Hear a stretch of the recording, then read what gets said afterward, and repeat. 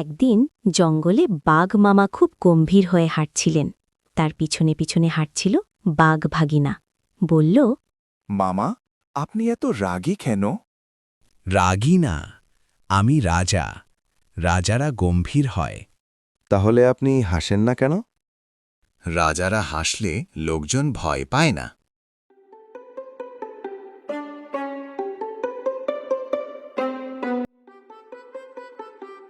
মামা ভাগিনায় কথা বলতে বলতে গুহায় গিয়ে বসে পড়ল। এবার ভাগিনা বলতে লাগল, মামা, আমার খুব ক্ষুধা লাগছে। আজকে তো শুধু হাঁটলাম আর হাঁটলাম। আমাকে খেতে দাও মামা। রাজাদের ক্ষুধা লাগলে শিকার করতে হয়। তাহলে চলেন শিকার করি।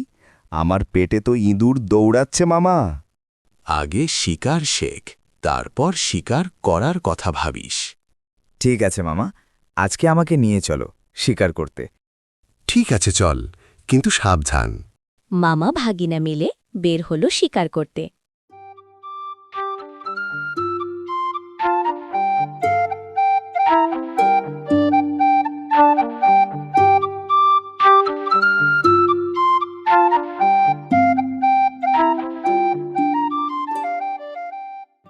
হঠাৎ সামনে একটা ছাগল ঘাস খাচ্ছিল।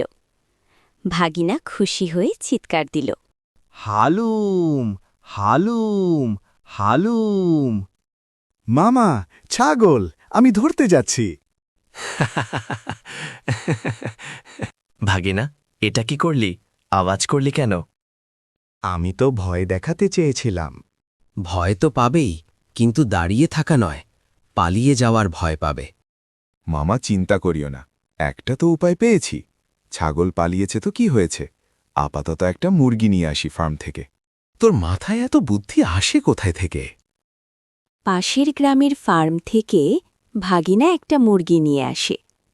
মুরগি আনা দেখে মামা ভাগিনাকে বলল, তুই হবি আজ থেকে আমাদের লিডার। এবার ভাগিনা বলল, আজ থেকে আমি সবার লিডার, আর মামা, আপনি হচ্ছেন জিপিএস লিডার।